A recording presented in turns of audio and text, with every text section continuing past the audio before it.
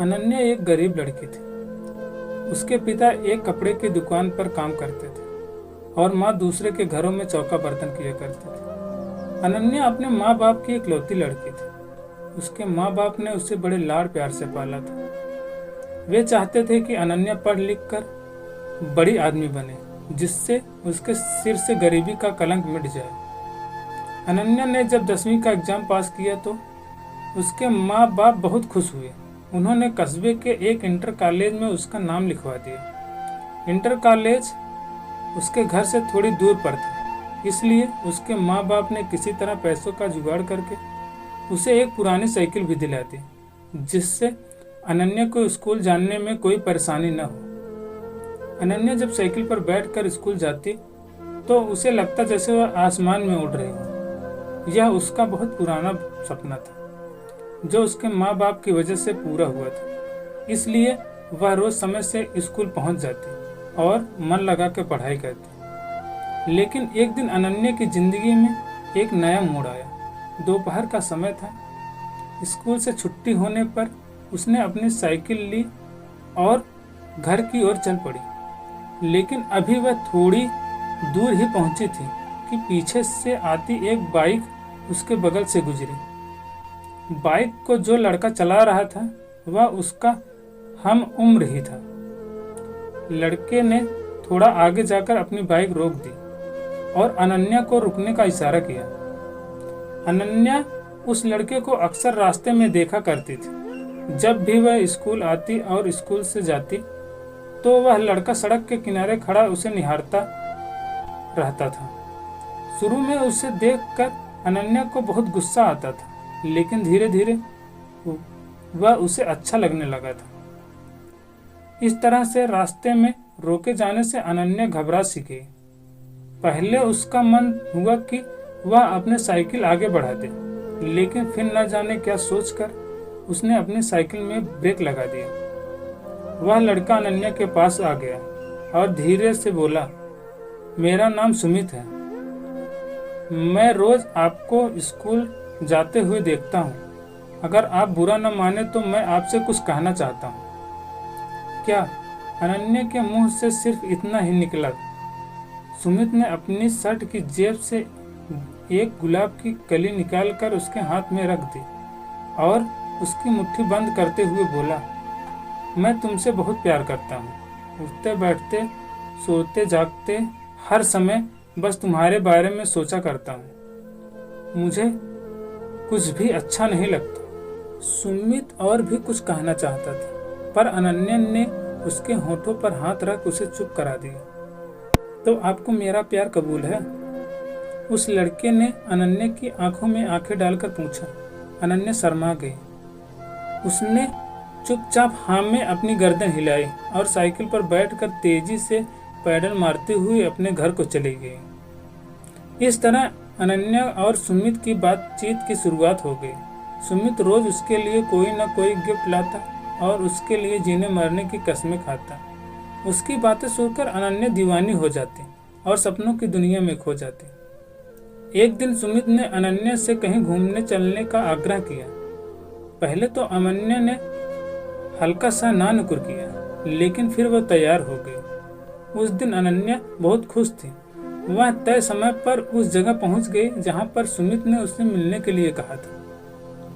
सुमित ने अनन्या की साइकिल को एक दोस्त की दुकान पर खड़ी कर दी और अनन्या को बाइक पर बिठाकर चल पड़ा। सुमित अनन्या को लेकर नदी के पास पहुंचा। वहां पर उसने अपनी बाइक खड़ी कर दी और दोनों लोग घास पर बैठकर बातें करने लगे। सुमित ने अनन्या से एक दो बात की, फिर उसके करीब आ गया और उसके चेहरे से खेलने लगा।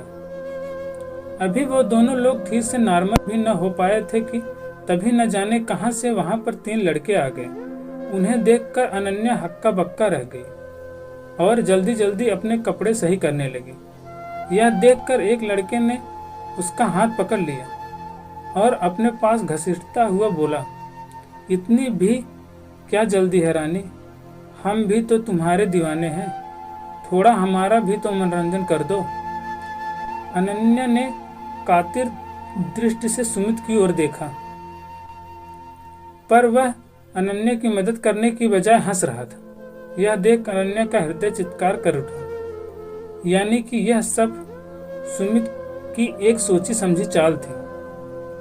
अनन्या आगे कुछ सोच ही नहीं पाई, क्योंकि वे 3 लड़के उसके ऊपर भूखे भेड़िए की तरह टूट पड़े थे। अनन्या मदद के लिए चिल्लाती रही और वे उसे नोचते घसोटते रहे। कुछ ही पलों में अनन्या की सहन शक्ति ने जवाब दे दिया और वह बेहोश हो गई। लगभग 1 घंटे बाद अनन्या को होश आया। वे 3 लड़के और सुमित वहां से जा चुके थे। दर्द की वजह से उसके शरीर की प्रत्येक नस नस फट रही थी। उसकी आंखें के आगे अंधेरा छाया हुआ था। उसके सारे सपने ध्वस्त हो गए थे। उसे अपना जीवन समाप्त होता हुआ नजर आ रहा था। अनन्या सोचती रही कि क्यों मैं सुमित की बातों पर विश्वास किया, क्यों मैं उसके साथ बस्ती से इतना दूर यहाँ पर आई। अब मैं क्या मुंह लेकर अपने घर जाऊंगी, अपने माँ बाप को क्या बताऊंगी। मेरा ये हाल देखकर वे तो जीते जी मर जाएंगे। अनन्या के शरीर में बिल्कुल भी शक्ति नहीं बची थी। वह किसी तरह घिसटती हुई नदी के किनारे पहुंची। नदी का पानी कल कल करता हुआ तेजी से बह रहा था। अनन्या ने एक बार फिर अपने गरीब माँ बाप के बारे में सोचा, लेकिन साथ ही सुमित का चेहरा भी उसकी आंखों के आगे तैर गया और वह इसके साथ ही क्रोध, चीख और घिन के मिले जुले भाव से उसका शरीर कांपने लगा। अनन्या ने अपने दांतों को किरकिटाया, अपने शरीर की बची खुची ताकत इकट्ठा किया और धीरे से खड़ी हो गई। उसने अपनी आंखें बंद कर ली और हाथों को जोड़कर मन ही मन अपने माता पिता से माफी मांगी और फिर नदी में छलांग लगा दी। अगले ही पल अनन्या नदी में डूबने उतराने लगी, लेकिन अब न तो वह किसी को अपनी जान बचाने के लिए पुकार रही थी और न ही बचने के लिए संघर्ष कर रही थी। उसका मन अब भी अपने बेवफा प्रेमी के बारे में सोच रहा था। वह सोच रही थी कि क्यों मैं उसकी बातों पर इतना एतबार किया, क्यों मैं उससे अंधा प्यार किया, क्यों मैं उसकी नीयत को समझ नहीं पाई। अगर मैं ऐसा कर पाती तो शायद। और फिर वह नदी की गहराई में डूबती चली गई। दोस्तों, किसी से प्यार करना, किसी पर एतबार करना बुरा नहीं है, लेकिन अपने भीतर जज्बातों को पहचानने की क्षमता भी रखिए। किसी की बातों पर एतबार करने से पहले उसे एक बार जरूर परखिए। किसी को अपना तन मन सौंपने से पहले उसके परिणामों के बारे में भी जरूर सोचिए, नहीं तो आप भी अनन्या की तरह धोखा खा सकते हैं। आप भी उसी तरह ठगे जा सकते हैं। दोस्तों, आपको यह कहानी कैसी लगी हमें जरूर बताएं और इसे शेयर करके अपने दोस्तों तक भी पहुंचाएं। हो सकता है कि आपके इस प्रयास से किसी का जीवन संवर जाए। तो दोस्तों, आपको कहानी कैसी लगी? अगर अच्छी लगी हो तो प्लीज लाइक करें और दोस्तों ज़्यादा से ज़्यादा शेयर करें और हाँ, कमेंट करके ज़रूर बताएं। और दोस्तों, चैनल को सब्सक्राइब ज़रूर करें ताकि ऐसे ही हमारी वीडियो आप तक पहुंचती रहे। तो दोस्तों, आज के लिए बस इतना ही। मिलते हैं एक नए वीडियो में एक नई कहानी के साथ। तब तक के लिए जय हिंद।